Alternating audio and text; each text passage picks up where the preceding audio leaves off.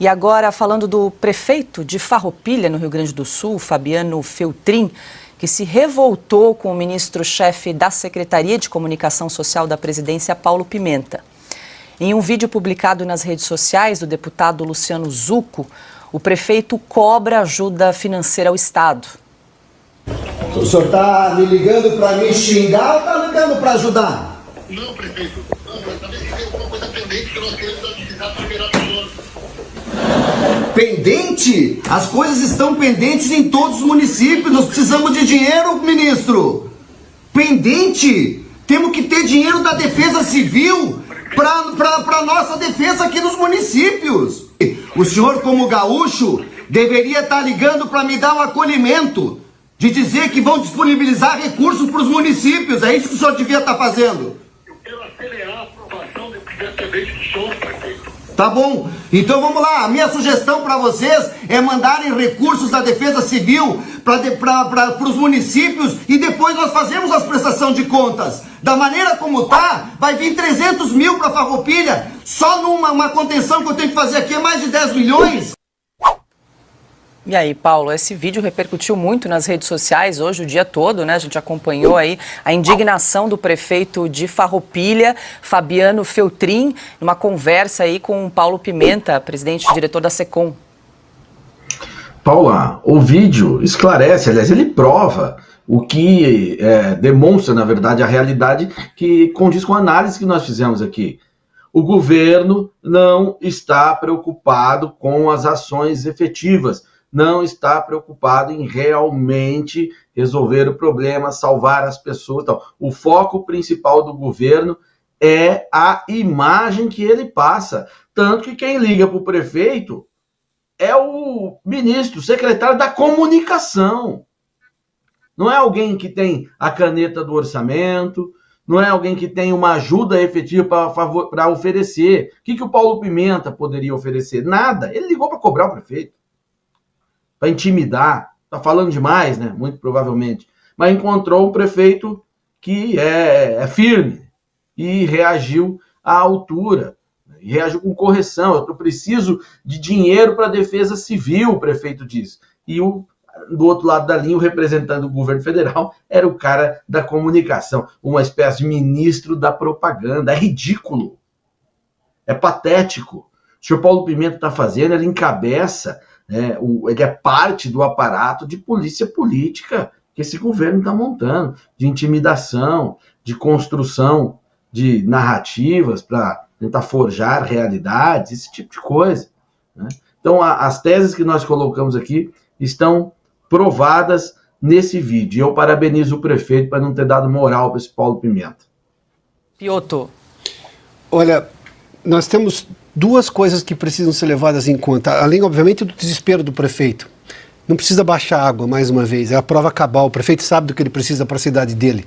Ele está na ponta, ele está ouvindo. As pessoas moram nas cidades, elas não moram na Ilha da Fantasia de Brasília, nos palácios de Brasília, não, elas moram nas cidades. Mas vamos lá, Jorginho Melo, governador de Santa Catarina, veio a público na sua rede social, na rede social dele, para dizer que não era fake news, que os caminhões estavam sendo multados, levando donativos de Santa Catarina, no caso, com um funcionário da Defesa Civil de Florianópolis, ou seja, um agente público, como ele costuma dizer, ele diz isso no vídeo, que tem fé pública e foi multado, 2 multas, inclusive.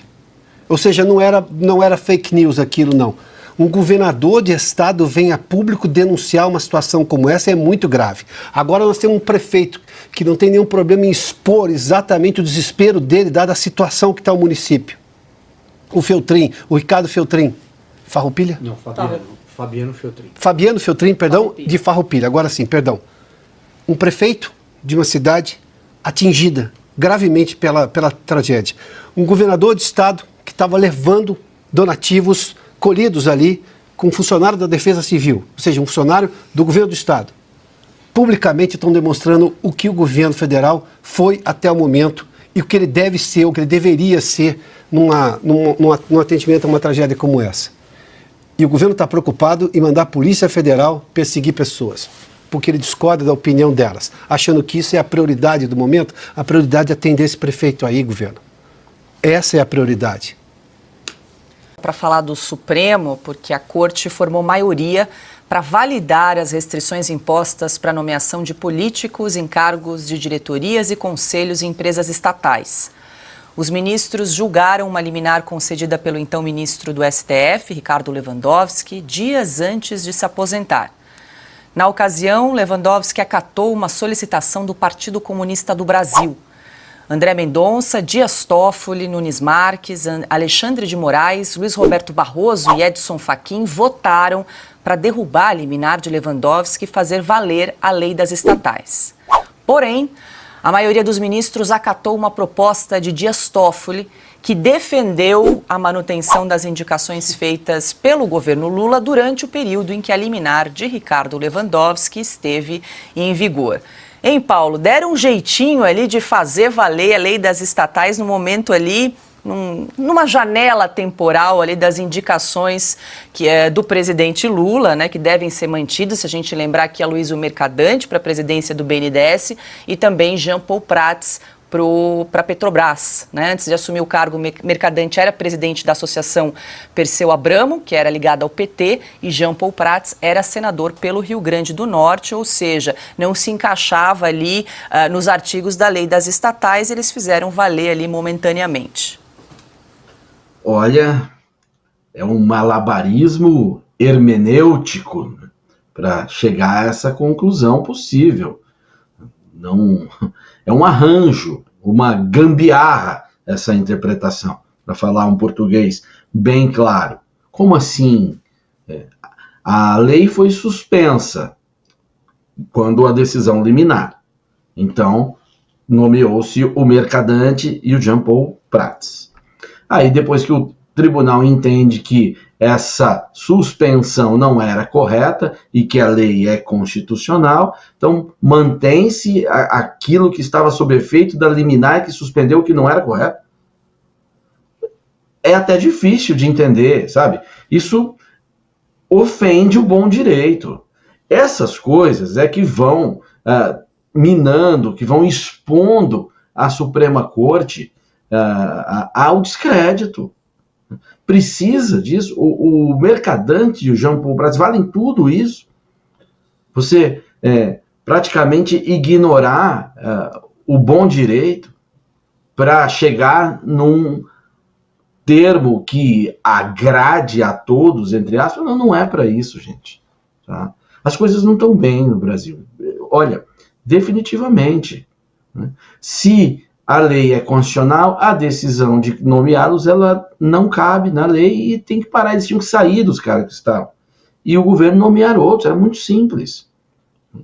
Mas quando o Supremo passa a agir como se fosse uma junta que governa o Brasil e que quando a lei convém aplica, quando não convém aplica, aí as pessoas passam a não acreditar ou duvidar mais das instituições e depois o pessoal grita dizendo que a instituição está sendo atacada quando merece a crítica, né? Então, não é por aí. Definitivamente não é por aí. A gente precisa resgatar a normalidade constitucional no Brasil. Pois é, consta mais uma insegurança jurídica aí nessa decisão, né? A STF forma uma maioria para validar a restrição de políticos, indicação nas estatais, mas mantém aí os nomes indicados pelo presidente Lula. Mas o Barroso, o presidente do STF, jura que é mito essa coisa de insegurança jurídica no país, né? Óbvio que é. Eu me lembrei daquela famosa frase do Santo Agostinho, dai-me castidade, mas não agora. Ou então da ministra Carmen Lúcia, que vai assumir o TSE, dizendo, é censura contra o Brasil Paralelo. Mas, excepcionalmente, até segunda-feira, tudo bem. Talvez de 2124, né? Então, é o seguinte, né? Olha, tem que valer a lei das estatais. Mas o PT, a gente permite a janelinha, a malandragem, e aí depois a gente vê isso. Isso é mais uma prova, Paula, além da insegurança jurídica causada pelo arbítrio e pela camaradagem petista desse Supremo, é mais uma prova da necessidade de privatização.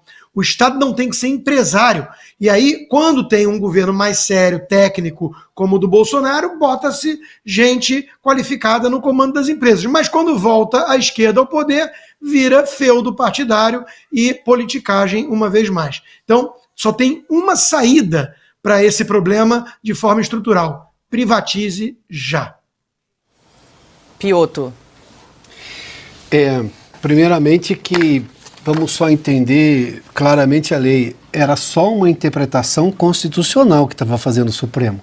Era só dizer se aquele entendimento da lei que proibia pessoas que vinham de organizações políticas assumirem estatais, confrontando justamente a lei das estatais aprovada lá. Bom, era só isso. Então, não tem o benefício de uma lei não pode retroagir para punir, porque neste caso era só dizer a lei foi ofendida, a Constituição foi ofendida, volta-se o entendimento e anula-se tudo que foi feito, a revelia da lei, a revelia da Constituição. Aqui era só uma interpretação constitucional, que não venha ninguém dizer assim, mas não pode retroagir para punir. Não, mas não é uma questão, era só interpretação constitucional. O Supremo só voltou a dizer que aquilo valia, então tinha que estar valendo. Agora a gente chega à seguinte conclusão: no Brasil já teve um fenômeno de lei que pega e lei que não pega, né? A lei que pegava, a lei que não pegava. É surreal. Depois criou-se um entendimento de lei que não existe. A gente está vendo esses inquéritos todos. O Constantino citou agora, né? Censura, mas até segunda pode. Bom, mas é censura ou não é? Porque a censura é vedada na Constituição. Agora nós temos uma lei que tira férias. Tiram férias por um tempo, férias reconhecidas pelo Supremo, mas agora passa a valer novamente. Como é que alguém leva a sério o Supremo Tribunal Federal sobre isso? Não no que ele acertou em dizer é constitucional, na exceção que ele fez. Se o próximo presidente da República, seja ele quem for, recorrer ao Supremo para exigir ou pedir tratamento isonômico, ou seja, isonomia, olha, como o governo Lula teve uma liberalidade ali de poder colocar pessoas que vinham de entidades políticas no comando de estatais, eu queria também aqui, pelo menos nos meus próximos 4 anos aqui do meu mandato. O Supremo vai dizer o quê? Porque isso aqui é privilégio.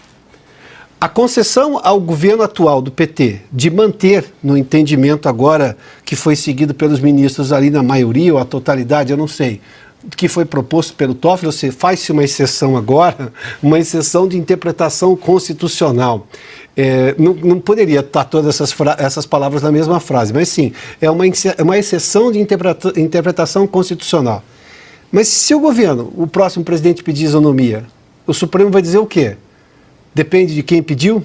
Depende da capa do processo?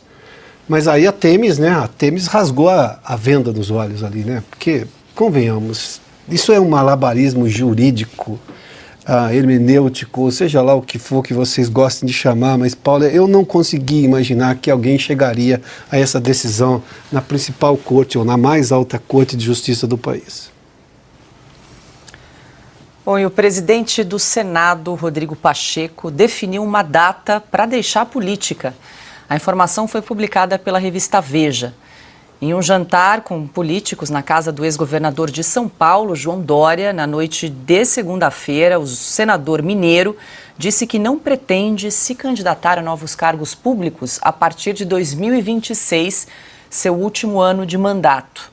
Segundo a reportagem, o presidente do Senado disse ainda que o poder público é carente de homens públicos de bom senso que não aceitam ser guiados por extremismos e pela polarização. Consta, eu quero te ouvir, dá para acreditar aí no presidente do Senado, Rodrigo Pacheco, que diz que vai encerrar a carreira em 2026? Eu não sei qual é o acordão aí, mas isso é mais ou menos como eu dizer que desisti de disputar a NBA, né? Tudo bem que ele é hoje o presidente do Congresso, mas ele sabe, como todo o Brasil sabe, que ele não vence mais uma disputa nem para síndico de prédio, né? Então ele não tem a menor chance de continuar na política se houver alguma disputa fair, justa, transparente, né? Ele se queimou com o Brasil todo porque o Brasil já percebeu que ele é não só covarde, ele é cúmplice do projeto de poder totalitário em curso, que quer censura, que quer o arbítrio supremo e por aí vai, né? Então, eu não sei qual é o acordão entre eles, se há algum ou não. Ele tem muitas atividades lucrativas para fazer na banca advocatícia dele e tudo mais, né? Mas o fato é que ele não venceria nenhuma eleição em Minas Gerais ou onde quer que seja, depois de tudo que ele vem fazendo contra o Brasil. Pois é, Paulo, quero te ouvir aqui e vou trazer aqui um trecho da declaração do Rodrigo Pacheco aí nessa reportagem da revista Veja, que disse o seguinte, aspas, o poder público é carente de homens públicos de bom senso que não aceitam ser guiados por extremismos ou pela polarização, fecho aspas aqui para o presidente do Senado, Paulo. O poder público também é carente de homens de coragem, de homens que tenham compromisso com os juramentos que fazem, porque quando a gente assume um mandato parlamentar, você faz um juramento à Constituição, né? Então também está faltando isso. Quanto à decisão do Rodrigo Pacheco, me parece que é uma decisão baseada numa leitura política sobre as suas possibilidades eleitorais. Não posso aqui entrar na cabeça do Rodrigo Pacheco, pode ser que ele decidiu, não quero mais, vou cuidar da minha família e dos meus negócios. Ok, mas digamos que ele quisesse continuar. Veja, ele disputar a presidência da República não vai conseguir, não tem viabilidade. Disputar a reeleição no Senado em Minas Gerais, muito difícil, o desgaste dele é enorme. Ele mesmo chegou a dizer que não conseguia mais comer um pão de queijo na rua, no seu estado. Então não pode. Se não pode disputar o Senado, que não é viável, também não é viável disputar o governo.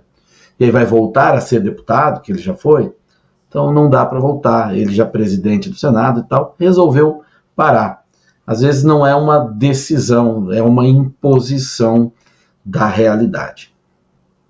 E aí, Piotr, você também acha que é uma imposição aí? Pacheco viu que está em baixa na popularidade, já resolveu dizer, olha, eu vou sair em 2026, antecipou? Acho que o Paulo Eduardo já resumiu a situação, né? O Constantino também tinha feito menção, a viabilidade política dele hoje é próxima de zero. Agora, não sei se ele está esperando uma vaga no Supremo, que possa vir a surgir, se ele está esperando alguma vaga num TCU da vida, ou sei lá, no STJ, essas coisas todas. Ele é advogado, ele conhece a lei. Tem uma coisa que é importante dizer, é que o Rodrigo Pacheco conhece bem a legislação. Eu conheci pessoas que o conhecem bem para perguntar justamente qual era a opinião que tinham antes de tudo isso, que ele é acusado de omissão e de forma muito clara, né? Aí ele diz que não, faltam homens que não queiram ficar... como é que é a frase, Paula? Repete para mim da questão da polarização. Que ele disse. Mas eu prefiro dizer que estar à frente do Congresso Nacional, estar à frente da presidência do Senado, requer coragem, e não é todo homem que tem essa coragem. Não basta ser competente na iniciativa privada para ser bom político, não. Essas coisas... Teve uma ideia muito falsa, uma bobagem que se disse, o sujeito é bom gestor, então ele vai para o setor público e vai ser bom gestor. Não funciona assim, porque na empresa dele, por maior que seja, ele tem um conselho. Um presidente da República, um governador de estado, um prefeito, tem a Câmara, tem a Assembleia, e tem, no caso do presidente da República, tem o Congresso Nacional inteiro, são 81 senadores, 513 deputados, e uma decisão do setor público requer uma série de regras a serem cumpridas. Então, quer dizer, não é assim que a coisa funciona. Eu que vi, por exemplo, líderes políticos do porte de Mário Covas, de Severo Gomes, de Franco Montoro, de Ulisses Guimarães à frente da Constituinte. Você acha que o Pacheco tem alguma similaridade, por exemplo, com Ulisses Guimarães? Porque aquele era um momento difícil do país, como nós estamos vivendo agora. Aquele era um momento de transição política do país, e nós tivemos Ulisses Guimarães para lidar com tudo aquilo. Nesse momento, nós não temos líderes políticos na frente do Congresso, no comando do Congresso, para lidar com essa situação e, ao menos, defender as prerrogativas do Congresso Nacional. Defender o que a Constituição garante ao Congresso. Daí, acho que chegou à conclusão de que ele não é o homem certo para essa tarefa. Vou trazer aqui a frase, mais uma vez, Piotr, aspas aqui para Rodrigo Pacheco. O poder público é carente de homens públicos de bom senso que não aceitam ser guiados por extremismos e pela polarização. A defesa do Congresso Nacional seria um extremismo? A defesa dos conceitos constitucionais que garantem as prerrogativas do Congresso Nacional seria um extremismo? Não seria. Não é polarização também. É só isso que a gente pediu do Rodrigo Pacheco. Ninguém pediu para ele abraçar um lado, se bem que, convenhamos, do ponto de vista hoje, ele é quase o líder do governo do Congresso, né? Porque o Senado tem sido extremamente amigável ao governo Lula. e deveria ser fiscalizador do governo, mais fiscalizador. Não é o que a gente viu. Tem várias interpretações nas entrelinhas Sim, aqui dessa claro. fala do Rodrigo Pacheco. O governador Eduardo Leite, do Rio Grande do Sul, declarou que os cálculos iniciais de seu governo apontam para um montante de 19 bilhões como o valor necessário para a reconstrução do estado após as inundações que o atingiram. Ainda hoje, nesta quinta-feira, segundo Leite, o governo gaúcho apresentará detalhes sobre as ações planejadas que abordarão as necessidades do estado. Ele diz: recursos são essenciais para diversas áreas. Insisto, o impacto das enchentes e a extensão da tragédia são devastadores, afirmou Leite. A Defesa Civil do Rio Grande do Sul informou hoje que o número total de mortes subiu para 107 e 425 municípios estão sofrendo com as chuvas. No total, 1,4 milhão de pessoas foram afetadas pelas inundações e 164 mil permanecem desalojadas. As chuvas devem continuar até o final de semana. Na semana passada, o estado de calamidade foi declarado. De acordo com o boletim divulgado hoje, 136 pessoas ainda estão desaparecidas e 67 mil estão em abrigos. O estado permanece em alerta para evacuações. O nível do Guaíba, que inundou Porto Alegre, voltou a subir hoje após um dia de queda. O rio atingiu 5,35 metros, o maior nível da história, no domingo, e caiu para 5 metros na quarta-feira. Com as chuvas durante a noite e a madrugada, as águas voltaram a subir para 5,4 metros, conforme medição da Agência Nacional de Águas e Saneamento Básico no Cais Mauá, às 6h15 desta quinta-feira. Nesta quinta, o norte do Rio Grande do Sul enfrentou temporais acompanhados de rajadas de vento. Do centro para o sul do estado, o tempo ficou frio e seco, com a entrada de um sistema de alta pressão atmosférica. A previsão para o estado hoje é de temperaturas mínimas variando de 4 a 8 graus nas áreas mais frias, mas as chuvas estão previstas para sexta-feira e durante todo o fim de semana, com tempestades mais intensas atingindo o centro-norte e o leste do Rio Grande do Sul, incluindo o litoral norte do estado e o sul de Santa Catarina.